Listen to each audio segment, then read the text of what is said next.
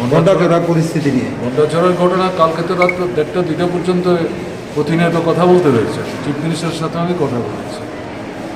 ওখানে কি একটা মেলা হচ্ছে গত বেশ কিছুদিন যাব। মানুষের অভিযোগ হচ্ছে এই মেলাতে জুয়া খেলা হচ্ছে আর এই মানে নেশা ভাঙ এই জিনিস চলছে, এটা উচ্ছৃঙ্খলতা। এখন তো বিজেপি সরকার এসে সব জায়গায় তাই হচ্ছে। সাধারণ মানুষ কিন্তু যেখানে মেলা টেলা হয় তারা এটাকে পছন্দ করেন না, তারা বোধহয় এটার বিরুদ্ধে। যাই হোক, এই মেলার প্রাঙ্গণে সম্ভবত 2-3টা ছেলে এই নেশাগ্রস্ত অবস্থায় নিজেদের মধ্যে মারধর করছিল। এই যে ছেলেটি, ট্রাইবেল যে ছেলেটি, সে গেছে এটা থামাতে, বন্ধ করতে, তাতে উল্টো তার উপরই আক্রমণ করেছে।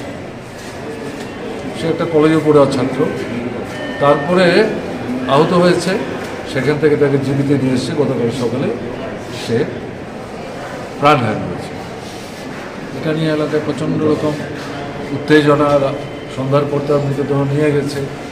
কারণ এটা তো আরেকটা জটিলতা তৈরি করছে। আমরা যখন খবর পেলাম তখন রাত্র 10টা, সোয়া 10টা নাগাদ আমি মুখ্যমন্ত্রীর সাথে কথা বলি।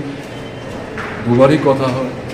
তিনি বলছেন আমরা দেখছি। আমি বললাম যে শান্তি তো ফিরিয়ে আনতে হবে, স্ট্রংলি সেখানে ভূমিকা নেই, পুলিশকে কার্যকরী ব্যবস্থা নিতে বলুন। উনি প্রতিশ্রুতি দিয়েছেন যে আমরা সব দিক থেকে চেষ্টা করব। আমি শুনলাম আজকে সকালবেলা ওখানকার মহকুমা অফিসে এটা সবাইকে নিয়ে পিস মিটিং রেখেছে, তাতে আমাদের পার্টির নেতারাও গেছে। আমি এখান থেকে ফিরে গেলে হয়তো কিছুটা খবর পাবো। বর্তমানে পরিস্থিতিটা কীরকম রয়েছে সেই জায়গায়? থমথমে, প্রচণ্ড থমথমে। বেশ কয়েকটি মানে বাঙালি পরিবার আক্রান্ত, বাড়িঘর ভাঙচুর। এভাবে আমি বলতে চাইছি না। আক্রান্ত, যুক্তরাজ হয়েছে। ওখানকার মানুষ যা টেলিফোনে বলছে আগুন টাগুন লাগিয়েছে। ডিটেলটা না জেনে চট করে বলা যাবে না। ওইখানকার এটা মানে কারা আক্রমণ করলো, কোন অংশ আক্রান্ত হলো, এভাবে বিষয়টা উপস্থিত করতে যাওয়া ঠিক হবে না। তাহলে সুযোগ সন্ধানীরা এর থেকে সুযোগ নিয়ে পরিস্থিতিকে আরও খারাপ দিকে নিয়ে যাওয়ার চেষ্টা করবে।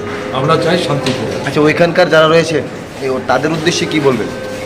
যারা রয়েছে আমরা যা বলেছি সেটা শান্তি চাই আমরা সবাই মিলে।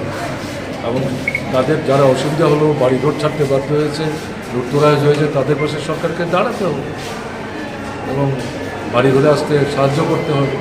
কেমন আবার যাতে ঠিকঠাক তারা পরিবার চালাবার মতো অবস্থা ফিরতে পারে, তার জন্য তো সরকারই দাঁড়াবে। কেমন এটা তো সরকার ছাড়া কে সাহায্য। Thank you.